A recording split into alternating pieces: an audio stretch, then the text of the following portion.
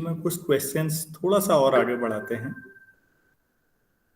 मेरी आवाज तो आ रही होगी आप सभी लोगों तक? यस सर, आ रही है। Yes sir. ठीक, तो आसान क्वेश्चन से स्टार्ट करते हैं। मैं इसीलिए कई बार आप लोगों से कहता भी हूँ कि प्लीज टाइम पर जुड़ जाया करिए।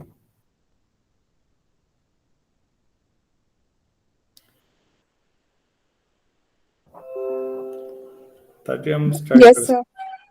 चलिए ठीक है, तो हम लोग शुरू करते हैं।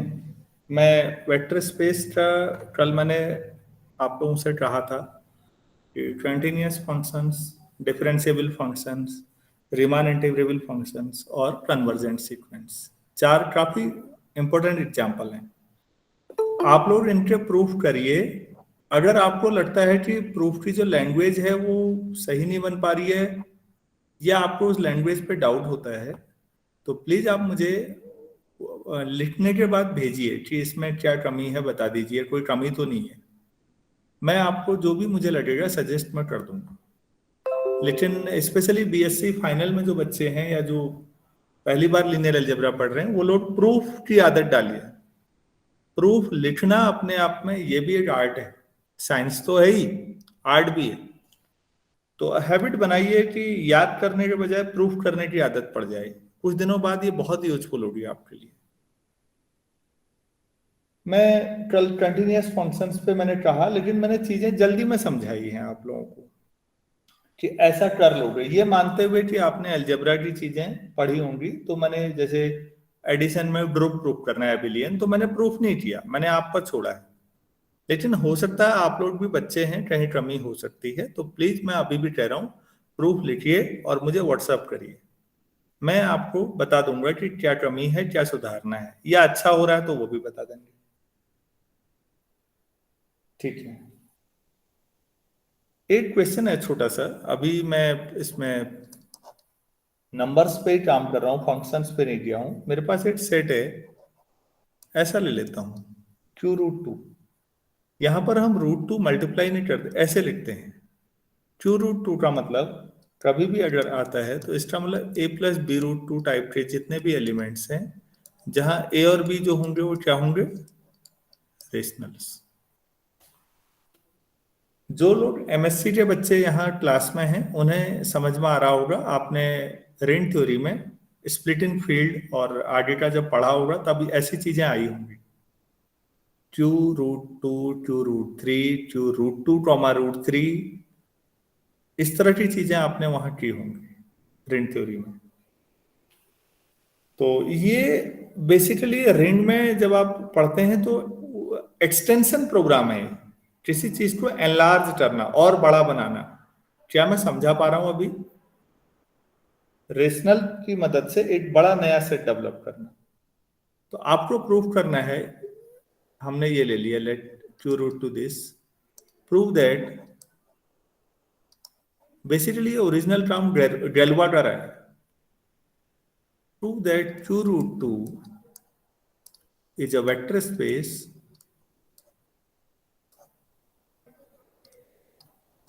over Q। तो अब आप कैसे प्रूफ करेंगे, आप सोचिएगा। इसके एलिमेंट्स ले लीजिए कोई दो, मान लेते हैं मैंने x और y ले लिए दो। x और y जो है वो q√2 का पार्ट है। तो इसका मतलब x कुछ इस तरह का होगा, a प्लस b√2, और y भी कुछ इसी टाइप का होगा, मान लो c plus d√2, where ABCD क्या होंगे, रेशनल्स। ठीक हो गया। और फील्ड आपके पास ये है, रेशनल्स का कलेक्शन। अब पहला काम क्या करना होता है बच्चों वेक्टर स्पेस में, इसको एडिशन में ग्रुप प्रूव करना है। यार ये मेरे ख्याल से आप लोग कर सकते हैं एडिशन में ग्रुप। दो x प्लस y अगर आप लेते हैं, जैसे आपने ये कर दिया, तो ऑब्वियस है कि आप ऐसा लिख देंगे, plus b plus D times √2। तो ये जो एलिमेंट है ये q√2 में होगा। आप कहेंगे क्यों? क्योंकि प्लीज आप डेफिनेशन पे जाइए। ये इस पे ध्यान दीजिए, आपने जो कहा था a+b√2, उसमें a और b क्या होने चाहिए, जरा गौर करिए।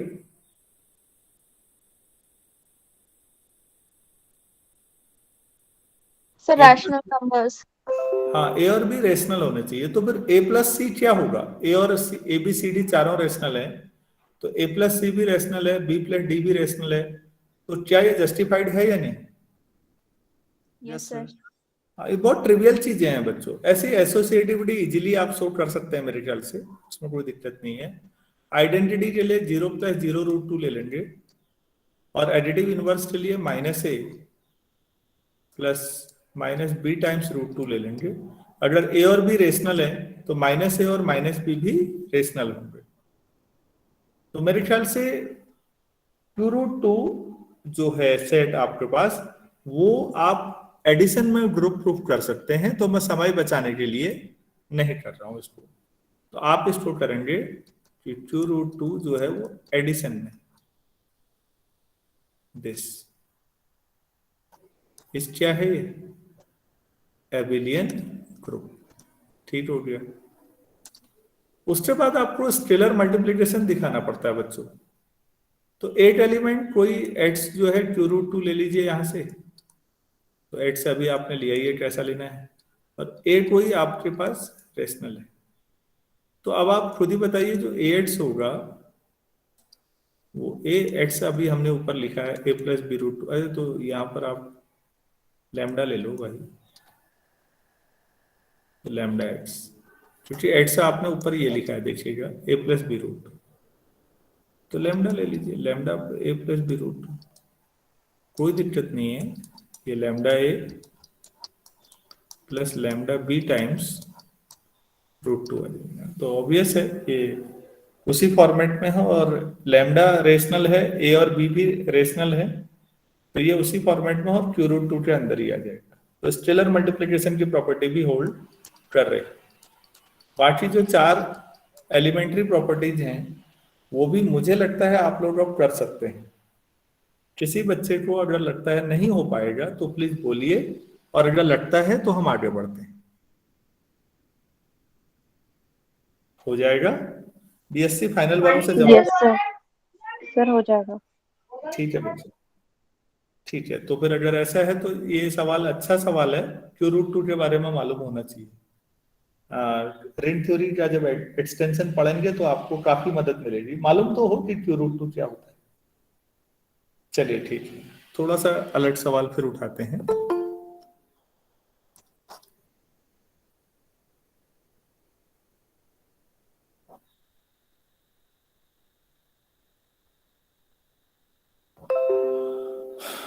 अब हम आगे बढ़ते हैं, एक मैट्रिक्स वाला क्वेश्चन उठा लेते हैं यहां से।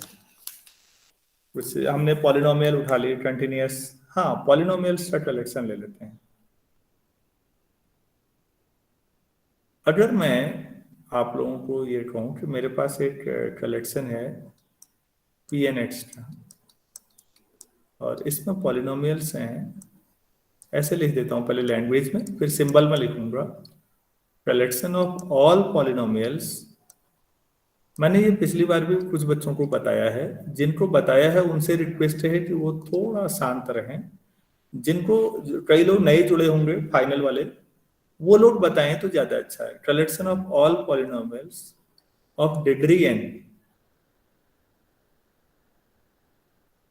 ये n डिग्री की पॉलिनोमियल्स हैं, और आप मान के चलिए कि ओवर r लिखना चाहिए था मुझे, कि जो कोफिशिएंट है उनके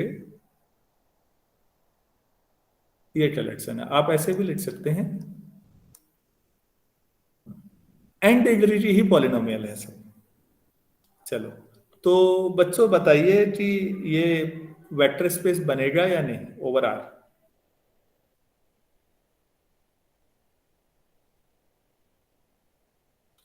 बीएससी फाइनल के बच्चे हैं कई, वो लोग बताइएगा। नहीं, बनेगा।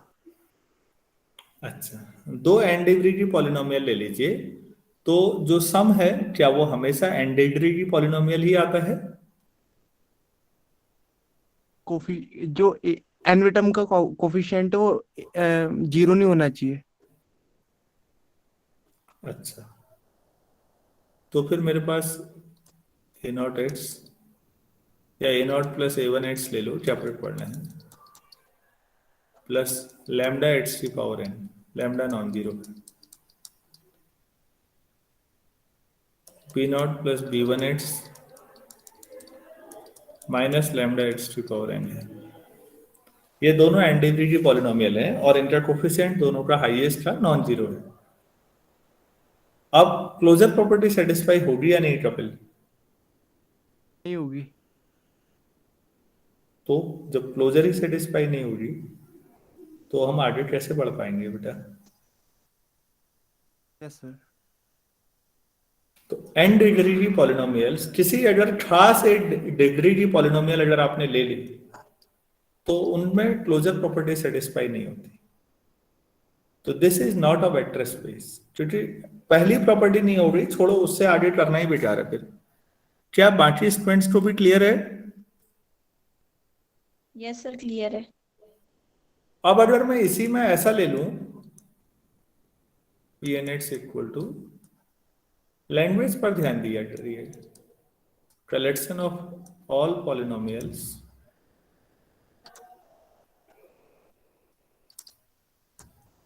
of degree up to n over r, n degree तक की सारी पॉलिनोमियल्स। तो क्या ये वेक्टर स्पेस होगा?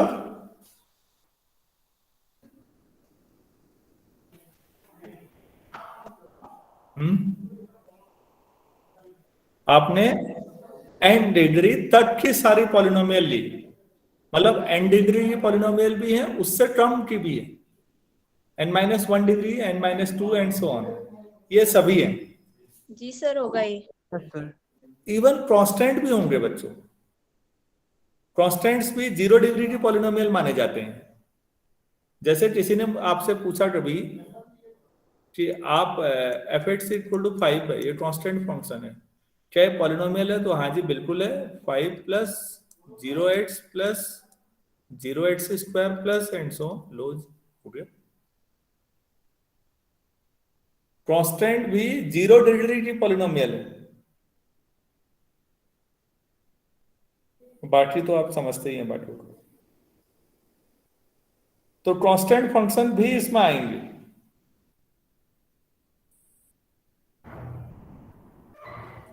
Sir F X is equals to 0 भी आएगा, क्योंकि उसकी डिग्री तो हम नॉट डिफाइंड लेते हैं।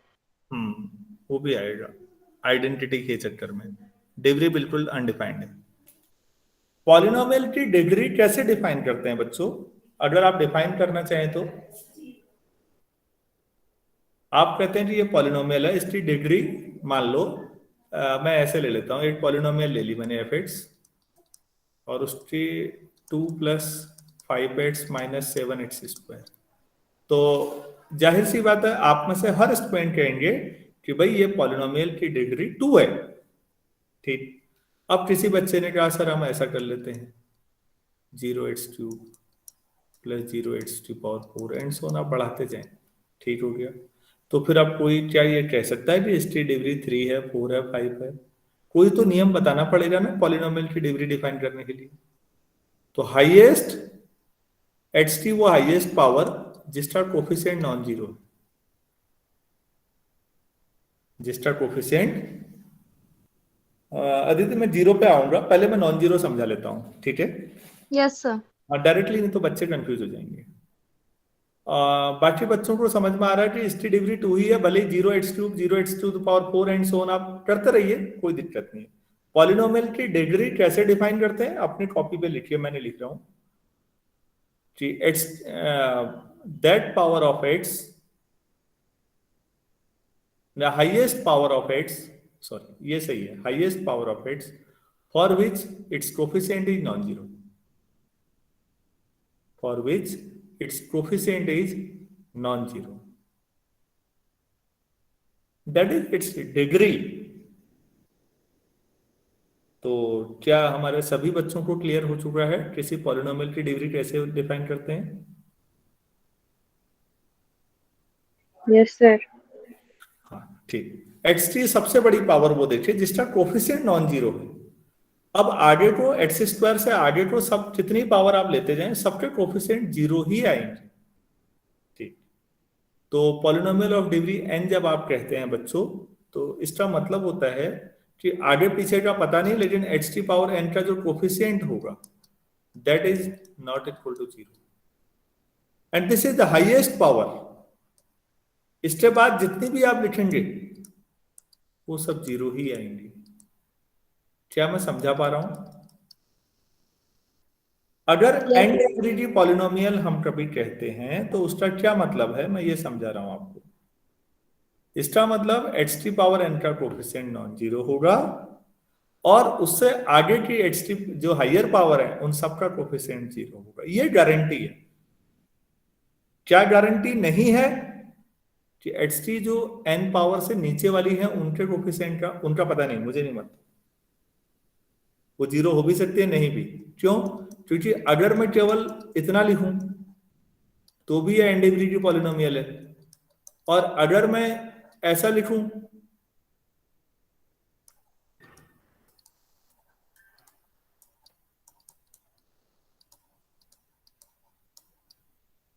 तब भी ये n डिग्री की पॉलिनोमियल है। इस वाले में क्या अंतर है? इसमें इससे पहले के सारे कोफिशिएंट क्या है?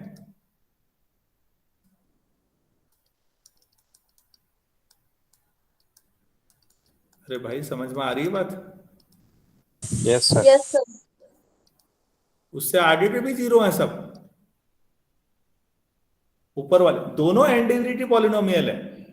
ऊपर वाली n डिग्री की पॉलिनोमियल में x की पावर n का कोफिशिएंट नॉन जीरो है, बाकी सब जीरो है, छोटी पावर वाले भी बड़ी पावर वाले भी। और नीचे वाले में छोटी पावर वाले हो सकता है नॉन जीरो हो। हाँ, तो गारंटी क्या है पॉलिनोमियल में? प्लीज फिर हम एक बार फिर समझते हैं इस लाइन को ध्यान से। किसी भी पॉलिनोमियल में अगर आप कहते हैं इसकी डिग्री n है तो इसका मतलब x की पावर n का कोफिशिएंट नॉन जीरो होगा, गारंटी है। जीरो नहीं होने का मतलब समझिएगा प्लीज। जीरो का मतलब क्या होता है बच्चों, मैं थोड़ा सा ये समझा दूं आपको। जीरो का मतलब जीरो होना ही नहीं है। अगर आप एडिशन मॉड्यूलो 7 कर दें तो ये सब जीरो है या नहीं है? 7 की टेबल रिमाइंडर क्या आता है? Yes, sir. Zero. A congruent B mod n, this is equivalent to n divides, क्या लिख दिया यार मैंने, n divides a minus b। ये जानते हैं या नहीं? नहीं जानते हैं तो मंडे ऑनवर्ड्स नंबर थ्योरी की क्लास में बैठिएगा। नंबर थ्योरी दुनिया में किसी को भी पढ़ाई जा सकती है, उसके लिए कोई real analysis, complex analysis, linear algebra कुछ नहीं चाहिए। उसके लिए कॉमन सेंस होना चाहिए इंसान के अंदर बस। तो बहुत अच्छा पेपर है इस सेंस में। तुम 11th-12th वाले को बैठा दो, उसको भी अगर थोड़ा भी कॉमन सेंस होगा उसे भी उतना ही समझ में आएगा जितना तुम्हें आ रहा है। नंबर थ्योरी इस मामले में ठीक पेपर है। और शुरुआत में तो एलसीएम, जीसीडी, यूक्लिडियन एल्गोरिथम, यही सारी चीजें हैं, वो तो हर किसी को आनी चाहिए। तो मेरा अपना मानना है उस पेपर में आप लोग बैठिएगा। और मैं इसमें ये भी जानना चाहूंगा अभी आपसे कि इसमें टाइम क्या रखना ज्यादा उचित रहेगा, तो उस पर बाद में बात कर लेंगे। रिकॉर्डिंग बंद करने के बाद बात करना, ठीक है, उन मुद्दों पर। अभी मैं ये कहना चाह रहा हूं बच्चों कि अगर मैं ऑपरेशन क्या ले रहा हूं, किसी ग्रुप में मैं मॉड्यूलो 7 ऑपरेशन ले रहा हूं और मैंने पॉलिनोमियल ले ली ऐसी fx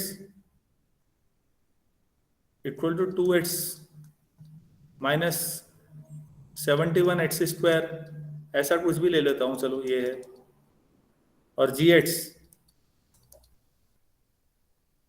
5x plus x square, चलो इतना ही लो, आगे प्लस एंड सोन मत करो।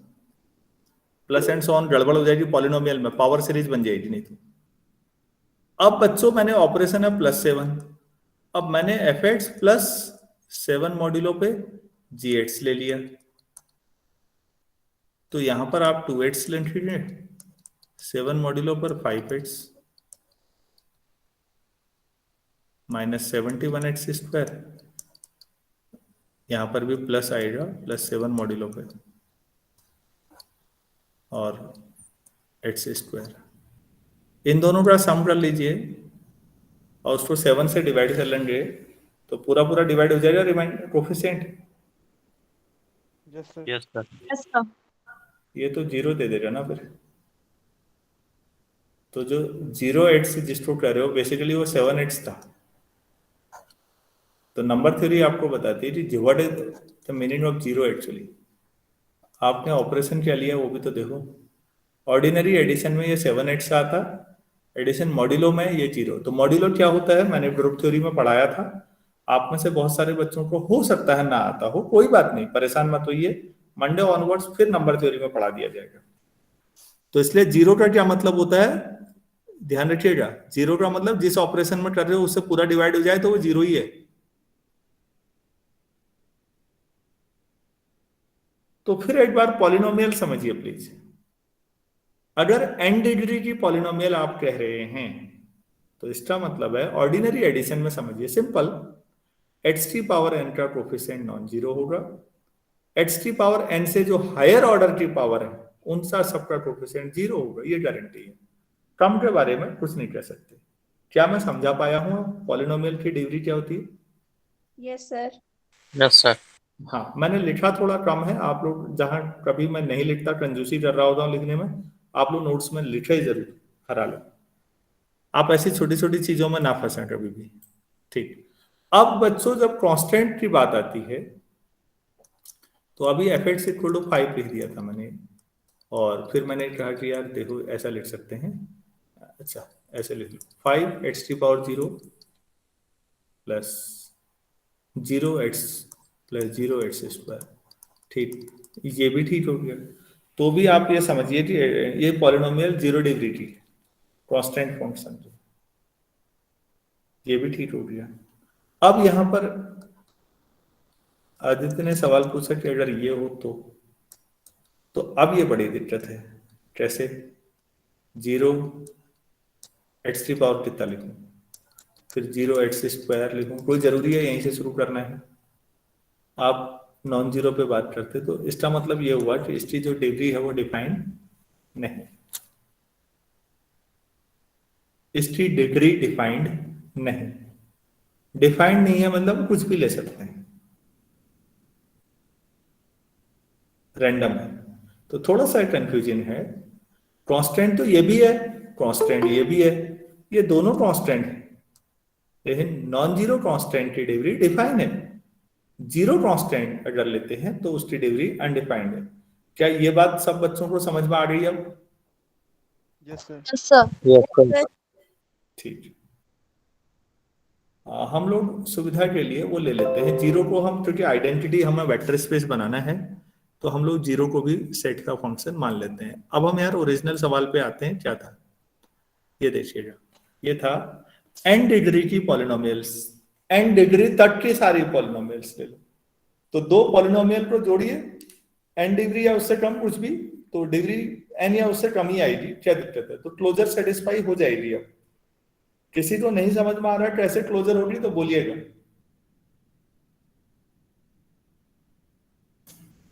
सबको क्लियर है? ठीक हो गया। तो n डिग्री की पॉलिनोमियल का क्लोजर है, एसोसिएटिविटी में कोई दिक्कत नहीं है, आइडेंटिटी 0 लेंगे हम। डिग्री डिफाइन तो नहीं है लेकिन ले लीजिए, सुविधा के लिए ले रहे हैं हम अपने लिए। एडिटिव इनवर्स में दिक्कत नहीं है, दो पॉलिनोमियल है, उसको हर एक टर्म का कोफिशिएंट इंटरचेंज कर दीजिए, वो एडिटिव इनवर्स हो जाता है। प्लस का माइनस, माइनस का प्लस कर दीजिए, हो गया।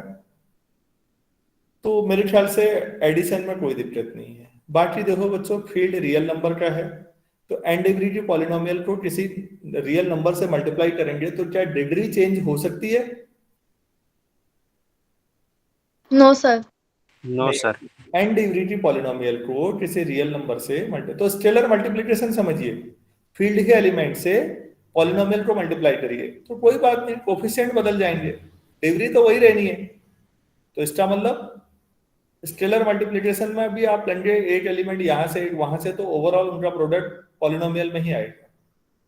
और लास्ट की चार प्रॉपर्टीज भी ट्रिवियल हैं, कोई भी रिलेटेड कर लेगा, तो मेरे ख्याल से इसमें दिक्कत नहीं आनी चाहिए। ये एक अच्छा सवाल है। मैं इसमें फील्ड बदलता हूं और फिर दोबारा पूछता हूं।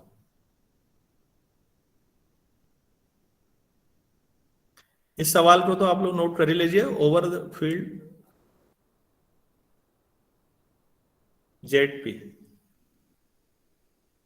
जेड पी क्या है, फिर मैं थोड़ा सा आपको साइड में इसको करके समझाता हूं। फील्ड में आप लोगों ने पढ़ा होगा पी प्राइम नंबर है, जेड पी का मतलब है 0 1 2 3 अप टू p माइनस 1 तक एलिमेंट्स लेने हैं, और एडिशन मॉड्यूलो p, मल्टीप्लिकेशन भी मॉड्यूलो p। ये अपने आप कुछ बना दे रहा है इसको, ये एडिशन है p। हाँ, ये फील्ड है बच्चों, finite field. Finite field theory लाजवाब है, क्योंकि इनफाइनाइट फील्ड जो है वो एनालिसिस में ज्यादा यूजफुल है। Real number, complex number field हैं, तो रियल एनालिसिस और कॉम्प्लेक्स एनालिसिस में ज्यादा। अलजेब्रा में फाइनाइट फील्ड का रोल ज्यादा शानदार है। ये आपके पास सेट है और इसमें ये दो ऑपरेशन है, ये फील्ड होता है। पी प्राइम नंबर होना चाहिए, लेकिन ऐसा आप लोगों ने पढ़ा होगा। तो इसका मतलब है जो कोफिशिएंट, अब आप जो पॉलिनोमियल एंड डिग्री तक की उनके जो कोफिशिएंट हो सकते हैं वो यही हो सकते हैं। मैं फॉर एग्जांपल कोई प्राइम नंबर छोटा सा बोलिए, जैसे ना मैं जेड, अगर मैंने 11 बोल दिया, तो इसका मतलब यहाँ पर क्या क्या एलिमेंट आ सकते हैं? 0 to 10। 0 to 10, बिल्कुल सही। 11 सॉरी। ये दो ऑपरेशन में ये फील्ड है बच्चों। एडिशन में सबका इनवर्स होगा। अच्छा, इस वाले में एक एलिमेंट 7 ले लेते हैं। बच्चों ये बताओ 7 में क्या जोड़े यहाँ पर कि 0 आ जाए? 4। किसी स्टूडेंट को कोई कंफ्यूजन या डाउट है तो बोलिएगा। 7 और 4 जोड़िए और 11 आएगा, 11 से डिवाइड करिए। रिमाइंडर लिखना होता है, राइट साइड में ये लिखना होता है रिमाइंडर, शेषफल। डिवाइड करके जो रिमाइंडर आता है वो तो 11 को 11 से डिवाइड हो जाएगा पूरा पूरा, तो रिमाइंडर तो 0 आएगा। तो इसका मतलब यहाँ पर इस वाले फील्ड में अगर आपसे 7 इनवर्स पूछा जाए तो आप 4 लिखेंगे, और अगर 4 इनवर्स लिखा जाए तो वो 7 लिखेंगे। तो हर एक का ये एडिटिव इनवर्स की बात हो रही है यहाँ, क्योंकि ऑपरेशन ही एडिशन चल रहा है। आप सभी लोगों को बात समझ में आ पा रही है? Yes sir. हाँ, तो ऐसे ही नॉन जीरो जितने हैं उनके जीरो छोड़ के बाकी सबका मल्टीप्लिकेटिव इनवर्स भी आएगा। जैसे इसी 7 का अगर मैं निकालना चाहूं तो फिर वो मल्टीप्लिकेशन में सोचूंगा कि इसको किससे मल्टीप्लाई करा जाए कि 1 आ जाए। आप ही लोग बताइए। 11।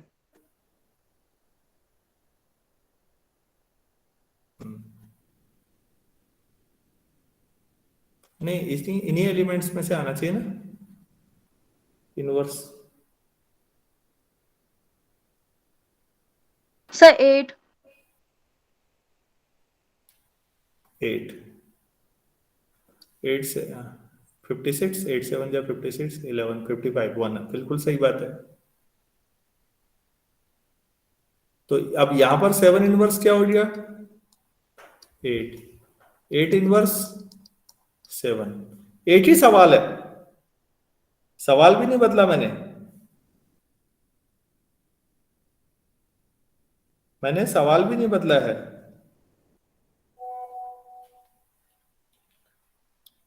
तो बच्चों जब इनवर्स की बात होती है तो ये ध्यान रखना पड़ता है कैसा इनवर्स की बात हो रही है, एडिटिव इनवर्स या मल्टीप्लिकेटिव इनवर्स। तो 7 का एडिटिव इनवर्स इस वाले फील्ड में 4 है, और 7 का मल्टीप्लिकेटिव इनवर्स इसी फील्ड में 8 है। तो इक्वेशंस मॉड्यूलो ऑपरेशन के साथ भी सॉल्व की जा सकती हैं, पॉलिनोमियल जोड़ी जा सकती है मॉड्यूलो ऑपरेशन के साथ भी। तो अब मुझे ये बताइए, अगर मैंने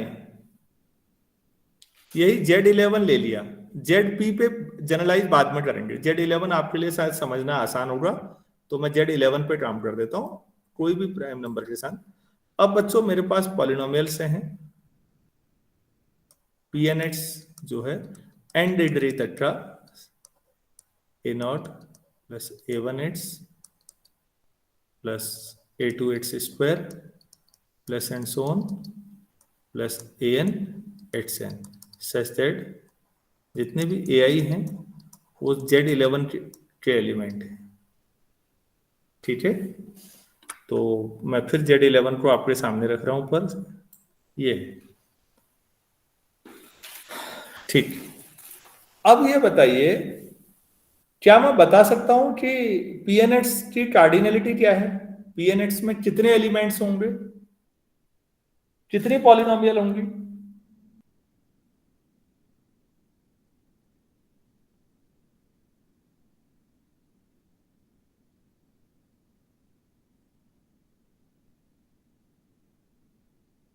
अरे भाई ये बहुत अच्छा सवाल है, इसको लाइटली मत लेना।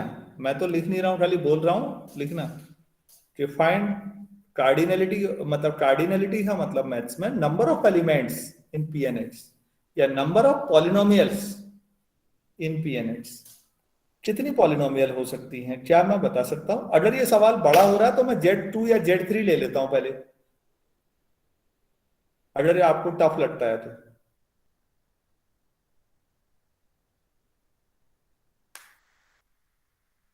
ट्राई कर पा रहे हैं, सोच पा रहे हैं, या मैं आंसर बताऊं? तो सोच रहे हैं। अच्छा चलिए सोचिए, बहुत अच्छी बात।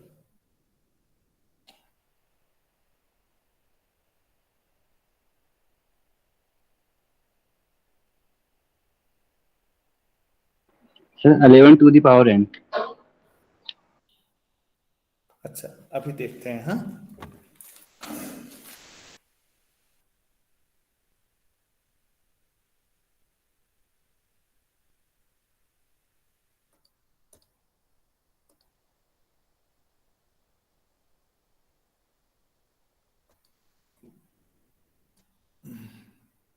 अच्छा एक बार बताओ ये कितनी टर्म है जरा देखो तो। n+1 टोटल टर्म x की पावर 1 से स्टार्ट हुआ n तक, तो n टर्म ये होगी, यहाँ x की पावर 0। तो ये पॉलिनोमियल जो मैंने लिखी हुई है इसमें कितनी टर्म है बच्चों?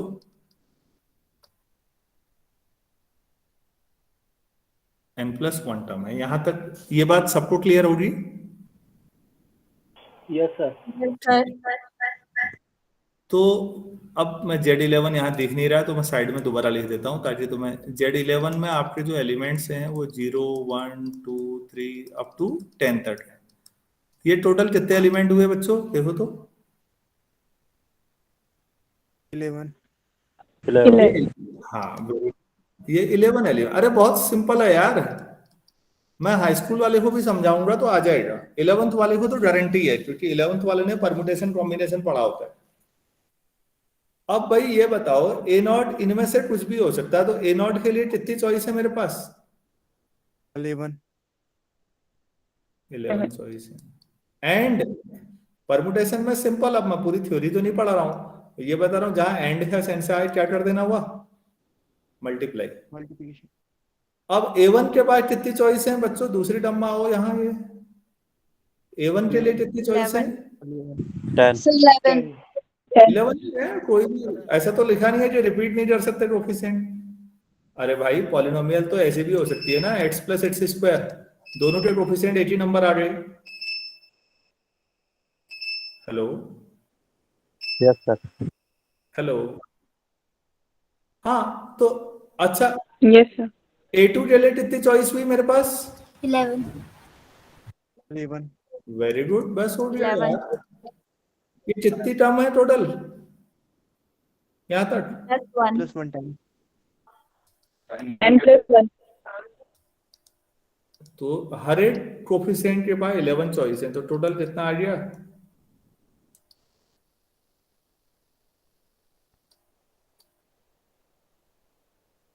क्या ये समझ में आया?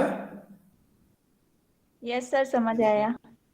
Yes sir. हाँ ये 11 की पावर n+1 पॉलिनोमियल बनेंगी बच्चों। तो अब मुझे ये बताओ, ये सवाल अगर आपको क्लियर है, आप प्लीज जब इसका आंसर लिखेंगे, यार देखो मैं समझा दे रहा हूं, मैं इसका यूट्यूब पे अपलोड भी कर दूंगा रिकॉर्डिंग, वो भी ठीक है, लेकिन लैंग्वेज लिखनी चाहिए आपको। आपको ये लिखना चाहिए कि for A naught we have 11 choices, for A1 we also have 11 choices, for A2 we also have 11 choices, it means for every coefficient we have 11 choices and total number of term are n+1. So total number of possible coefficients are 11 to the power n+1. This is the number of polynomials. इतनी polynomial बनेंगी बच्चों।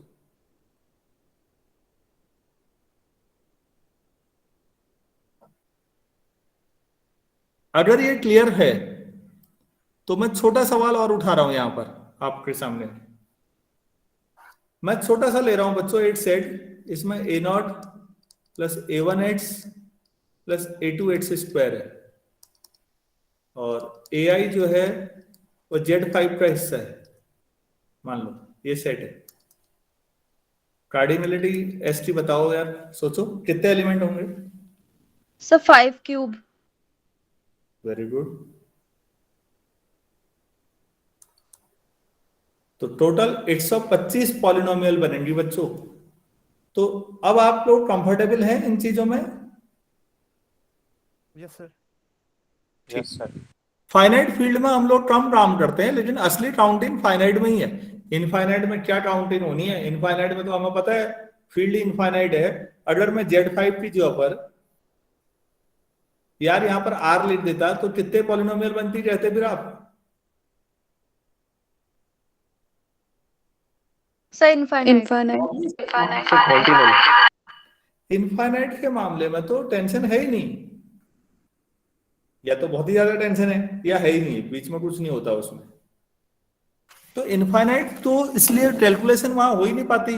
Finite field थोड़ा इस sense में interesting हो जाते हैं क्योंकि यहाँ थोड़े न्यूमेरिकल हो जाते हैं। तो मेरा जो ओरिजिनल क्वेश्चन है बच्चों, वो कौन सा था यार? ये था ZP। अगर ZP जो है, यहाँ था मैं, ये सवाल में आ जाओ भाई। ये अब बताओ आंसर, इसमें आप कितने पॉलिनोमियल सोच रहे हैं PNX में? All polynomials of degree up to n, वही x⁴n तक ZP के ऊपर कितनी पॉलिनोमियल बनेंगी बच्चों? To the power n+1। Very good. Total p to the power n+1 polynomials बनेंगी इन जनरल। आप सभी लोगों को ये बात समझ में आ गई है या नहीं आई है किसी बच्चे को? यस सर, समझ आ गई। ठीक। तो ये हम लोगों ने वेक्टर स्पेस तो पढ़ा, थोड़ा सा इसमें कैलकुलेशन का मैंने डाल दिया मैटर कुछ, ताकि थोड़ा दिमाग चलाएं आप लोग। और इस बार फाइनाइट फील्ड के बारे में भी सोचा, उनको भूले ना। हमारी यूनिवर्सिटी फाइनाइट फील्ड कम पढ़ाती है, जबकि फाइनाइट फील्ड में काम, असली काम तो वही है। चलिए ठीक है। एक क्वेश्चन उठा रहा हूं मैं आप लोगों के सामने, आप लोग बताएंगे आंसर। लाइक V8 सेट है और इसमें ऑर्डर्ड पेयर है A1 A2 सच दैट जो A1 A2 है वो रियल नंबर है। तो रियल नंबर ऑर्डर्ड पेयर मतलब प्लेन सोच लो, XY प्लेन पूरा ये। अब हम डिफाइन कैसे कर रहे हैं ऑपरेशन? हर बात मेन चीज तो वही है ना, डिफाइन कैसे कर रहे हैं। मैंने ऐसे डिफाइन किया A1 A2 plus B1 B2 equal to A1 plus B1 A2 plus B2 और A times A1 A2 equal to A1 comma A2। ध्यान दीजिएगा प्लीज यहां पर। Test whether V over R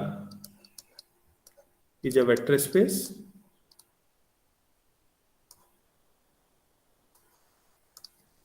और अगर नहीं कहते हो तो क्यों नहीं है, तो वो बताइए। वेक्टर स्पेस है सर, एबिलियन ग्रुप प्रूफ हो जाएगा ये। आइडेंटिटी एग्जिस्ट करती 0,0। और सर एक एलिमेंट अगर हम V से लेंगे और एक R से लेंगे तो V में एग्जिस्ट कर जाएगा वो। अच्छा ठीक, और लोगों से भी सहमति ले लेते हैं, हाँ कहते हैं तो आगे बढ़ जाते हैं, कोई दिक्कत नहीं। और लोग क्या सोच रहे हैं उनसे पूछा जाना चाहिए।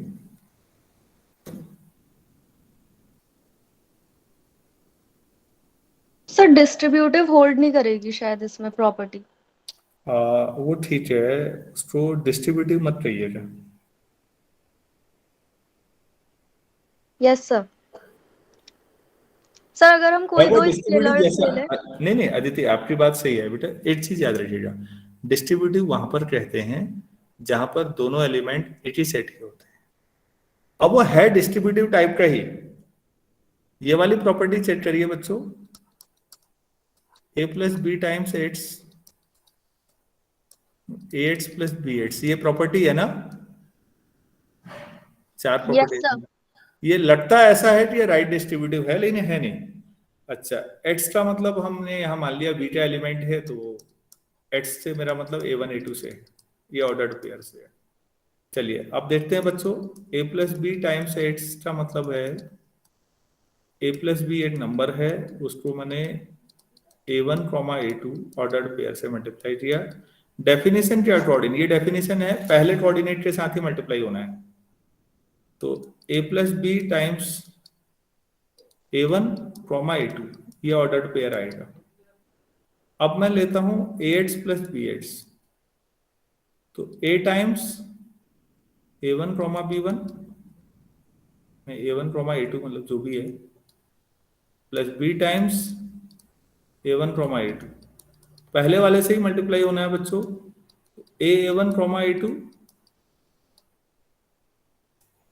Plus ba1 a2।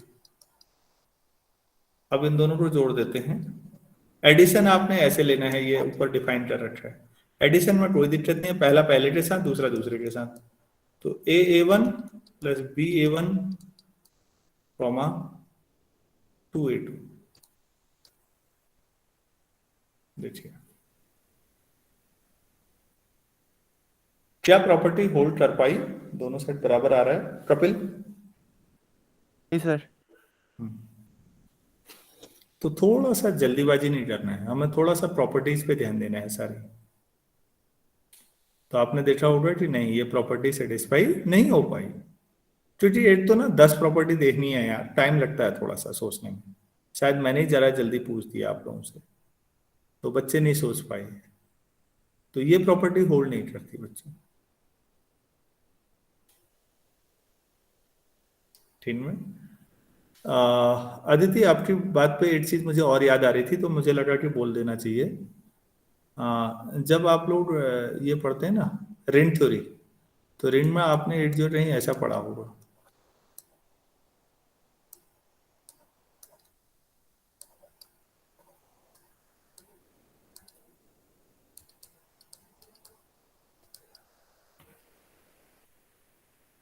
रिंग का कोई एलिमेंट है ए, और आपने उसको m टाइम्स, m और n नेचुरल नंबर है ऐसा लिखा होगा,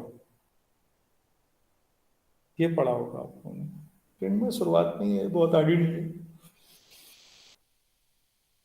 वहां पर भी कई बच्चे कहते हैं कि ये डिस्ट्रीब्यूटिव लॉ है। अरे भाई डिस्ट्रीब्यूटिव नहीं है, ये अलर्ट सेट है, ये अलर्ट सेट है।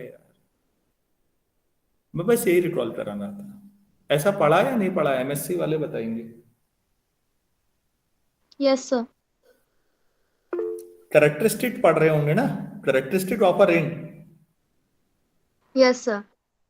रिंग की कैरेक्टरिस्टिक, आइडियल फील्ड, इनकी कैरेक्टरिस्टिक्स पढ़ी होंगी आप लोगों ने, तो उससे पहले ये जरूर मिला होगा आपको, ये पढ़ाया गया होगा, वरना बिना इसके कैरेक्टरिस्टिक पे कैसे पहुंचोगे? नहीं पढ़ा है, अब देखिएगा। तो वहां भी बच्चे, मैं ये कहना चाह रहा था कि वहां भी बच्चे कह देते हैं ये कौन ऐसा लिख दिया किसी इंटरव्यू में, मान लो जो मैंने लिखा है अभी, और आपसे ये पूछा जाए बच्चों ये बताओ ये कौन सा डिस्ट्रीब्यूटिव लॉ है, तो मैक्सिमम लोग बोलेंगे सर ये राइट डिस्ट्रीब्यूटिव लॉ। वो ये भी नहीं देखेंगे लिखा हुआ है दो अलग अलग सेट हैं यार, दो अलग अलग सेट में डिस्ट्रीब्यूटिव का क्या मतलब होता है बच्चों? डिस्ट्रीब्यूटिव लॉ एक ही सेट के ऊपर दो ऑपरेशन लेते हैं। सेट 8 होना चाहिए, तब जाके आप कहते हो कि a plus B times c equal to जो भी लिखना होगा आपको a c plus b c. Yes, this is distributive law. अरे भाई ये समझा पाया मैं आप सबको अब? Yes sir. हाँ, ये blender अच्छे अच्छे करते हैं, तुम ही नहीं। मैंने बहुतों को देख रखा है कि ये राइट डिस्ट्रीब्यूटिव है, इसमें क्या है। अरे इतना लाइटली मत लो, मैं फिर कह रहा हूँ, चीजों को जरूरत से ज्यादा लाइटली लेने से बहुत बड़े ब्लंडर होते हैं। 1983 वर्ल्ड कप, ये सोचिएगा कि वेस्ट इंडीज जैसी टीम कैसे हार गई फाइनल हमसे। इसी ओवर कॉन्फिडेंस से जिसके शिकार हम सब अधिकतर हैं। हमने बनाए 183, हमारी टीम जैसे तैसे मरी हुए पहुंची हुई। वेस्ट इंडीज में सारे दिग्गज, तो वो वही एटीट्यूड था जो हमारा जवाब इसको सवाल को देने में होता है। अरे हो गया, इतना तो विव रिचर्ड्स अकेले बना लेता है, क्या है इसमें। ये ओवर कॉन्फिडेंस वेस्ट इंडीज जैसी महान खिलाड़ियों से भरी हुई टीम, वेस्ट इंडीज हारने के बावजूद भी मैं कह रहा हूं उस वर्ल्ड कप की बेस्ट टीम थी, लेकिन वो हारे, फाइनल हारे। तो प्लीज ये हम में से बहुत सारे लोग करते हैं, कभी भी कैजुअल मैनर में मैथमेटिक्स में मत जाइएगा। कितना ही सिंपल हो, थोड़ा सोचिएगा क्यों पूछा गया है, क्योंकि हो सकता है आपकी पूरी नौकरी, आपका करियर दांव पे लगा हुआ हो और वो सही होने पे मिल जाए आपको। सर ये इस प्रॉपर्टी का कोई नाम नहीं होता जिसमें हम दो अलग अलग सेट से एलिमेंट्स लेते हैं? मैंने नहीं पढ़ा है कुछ, मैंने सोचा भी, ढूंढा, लेकिन कुछ मिला नहीं। अच्छा, कोई अभी मुझे कोई ऐसी मालूम नहीं है। तो ये प्रॉपर्टी सही है, जो मैंने सही तक निशान लगाया है आपके सामने, प्रॉपर्टी ये सही है, रिंग्स में ऐसा होता है, लेकिन प्रॉपर्टी का डिस्ट्रीब्यूटिव लॉ नहीं है। तो जब आप लोग चार प्रॉपर्टी लास्ट की जो वेक्टर स्पेस में पढ़ते हैं, तो आप में से कई बच्चे लेफ्ट डिस्ट्रीब्यूटिव, राइट डिस्ट्रीब्यूटिव बोलते हैं। प्लीज आदत बदल दीजिए, क्योंकि ये आदतें, ये सुधारना, किसी इंटरव्यू में इतना प्रेशर होता है, इतनी चीजें हैं, ऐसे बच्चों वाली चीजें थोड़ी याद रखेंगे हम, तो मुंह से वही निकलेगा और जहां निकला आप फंस गए समझ लो। तो आदतें सुधार लीजिए, करना ही नहीं है ऐसा। फंडामेंटल या बेसिक्स जिस खिलाड़ी के क्लियर है ना, वो आज खेले कल खेले, लेकिन जिस दिन भी खेलेगा सॉलिड खेलेगा। वरना कोई कितने रन बना ले, लेकिन अगर स्ट्रांग नहीं है ना, सौरभ गांगुली और राहुल द्रविड़ का अंतर सोचिएगा। जिसके बेसिक्स क्लियर है, फंडामेंटल क्लियर है, वो आज चले ना चले उसको रिस्पेक्ट मिल जाएगी कहीं ना कहीं। लेकिन जो हवाई बातें कर रहे होते हैं, वो भले ही कुछ समय तक चलें, लेकिन हर परिस्थिति में, हर सिचुएशन में नहीं चल सकते। गांगुली ने कितने रन बनाए हो, मैं उसको कभी भी ढंग का बैट्समैन नहीं माना मैंने। हाँ, वो ढंग का कैप्टन हो सकता है, कैप्टन होना नेता होने जैसा होता है, सबको मैनेज करना होता है।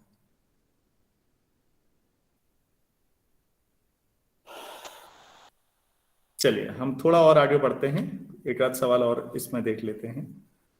तो ये वेक्टर स्पेस नहीं था। चलिए मैं एक क्वेश्चन और देता हूं, आप इस पे सोचिएगा। सर, हाँ जी, हाँ बोलिए। ठीक है, चार प्रॉपर्टी लिखाई थी, उसमें हम फील्ड के एलिमेंट पहले लेते हैं और वेक्टर स्पेस के एलिमेंट बाद में लेते हैं, तो ये उल्टा भी कर सकते हैं? हाँ कर सकते हैं, ऐसा कुछ नहीं है। लेकिन नॉर्मली ये सेंस वेक्टर से आया बेटा। वेक्टर स्पेस जो है जनरलाइजेशन ही है ना आखिर तो वेक्टर्स का। और आपने वेक्टर पढ़े होंगे, जैसे आपने कोई वेक्टर एक्स वेक्टर ले लिया मैंने, आपने कहा 2i + 3j - 8k। अब मैंने कहा 7 से मल्टीप्लाई करो, 7x कितना होगा। तो आपने गौर किया होगा, हम स्केलर को हमेशा पहले लिखते आ रहे थे, पहले से ही यही चलता आ रहा था। आपने कभी x7 नहीं लिखा होगा कभी भी, किसी ने लिखा हो तो बोलिएगा वेक्टर्स में। आपने हमेशा जो स्केलर है उसको पहले लिखा, तो जनरलाइजेशन में भी लोगों ने वो मेंटेन रखा, बस इतना सा। क्या मैं सेटिस्फाई कर पाया सभी को?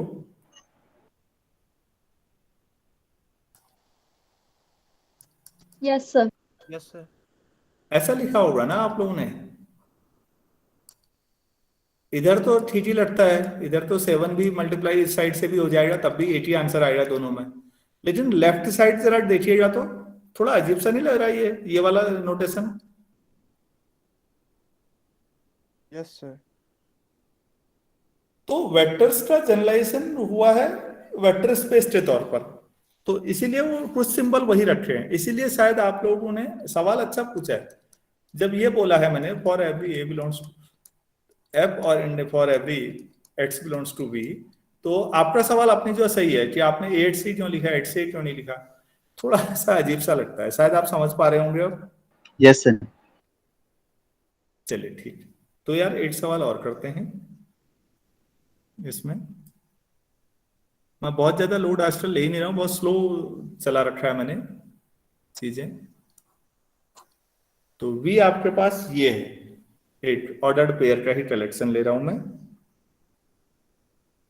और मैं इस तरह से ऑपरेशन डिफाइन कर रहा हूं। मान लो AB ले लिया और उसमें CD ले लिया मैंने, तो 0,B+D ये ऑपरेशन है, और A टाइम्स या लैम्डा टाइम्स A,B ले लें तो लैम्डा A लैम्डा B है, ठीक है। और यहाँ पर फॉर एवरी लैम्डा वो जो है वो भी रियल नंबर ही है। तो आपसे पूछा टेस्ट, फिर सवाल वही है, क्या ये वेक्टर स्पेस है? Test whether PR is a vector space.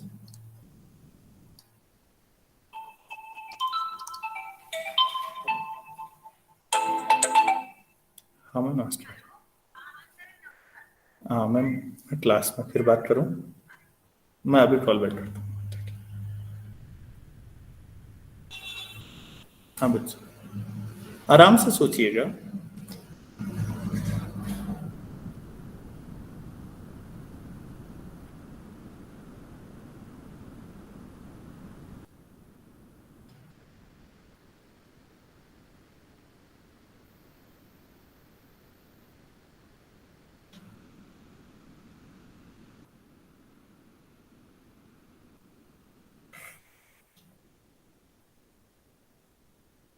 Sir identity नहीं मिलेगी इसमें।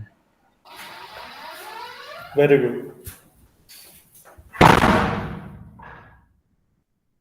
एडिटिव आइडेंटिटी नहीं मिल पाएगी बच्चों इसको, तो ये एबिलियन ग्रुप ही नहीं हो पाएगा। आप AB प्लस 0,0 करेंगे भी तो आपका मिलना चाहिए AB ना। अब डेफिनेशन से इन दोनों का जो करोगे आप सम क्या करोगे?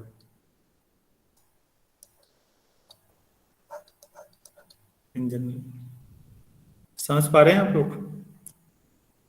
ऑपरेशन मनमर्जी डिफाइन करने से गड़बड़ भी हो सकती है, हम ये देख रहे हैं। ये वेक्टर स्पेस में आइडेंटिटी अगर 0,0 ले लें तो उस हिसाब से तो फिर AB आना चाहिए, लेकिन जो ऑपरेशन ऊपर डिफाइन है उसमें फर्स्ट कोऑर्डिनेट तो 0 ही आ रहा है आउटपुट का, सेकंड जोड़ दो, तो हमने भी कर दिया, तो फर्स्ट 0 आ गया, सेकंड B+0 B आ गया। अब 0,B अलग हो गया, A,B अलग हो गया। आप सभी लोगों को क्लियर हुआ या नहीं हुआ ये? Yes sir. Yes sir. हाँ, तो ये वेक्टर स्पेस नहीं है, ये एक वेक्टर स्पेस नहीं बन पाया। तो अब हमने ये देख लिया कुछ एग्जाम्पल वेक्टर स्पेस के हैं और कुछ एग्जाम्पल वेक्टर स्पेस के नहीं बन पाए। तो आज इतना ही करते हैं, मुझे फिर अभी कॉलेज में है, फिर घर भी जाना है, लंच भी करना है, और 2:30 बजे से मेरी नेक्स्ट क्लास भी है, इतना पॉसिबल नहीं है मेरे लिए तेज, तो अभी इतना काफ़ी है। कल ऐसा होगा, सुनिएगा, कल मेरा लेक्चर है 11:30 बजे से सितारगंज कॉलेज वाला। आप लोग भी अगर उसे अटेंड करते हैं तो अच्छी बात है, वो आपकी इच्छा है जो करना है। क्लास वो ओवर होने के बाद मैं क्लास ले पाऊंगा, कोशिश करूंगा मैं कि 1 बजे से पहले ओवर कर दूं वैसे, तो 1 ही बजे रखेंगे कल। तो अभी इतना कर लेते हैं, ठीक है। किसी को कुछ बोलना है कहना है तो बोलिएगा।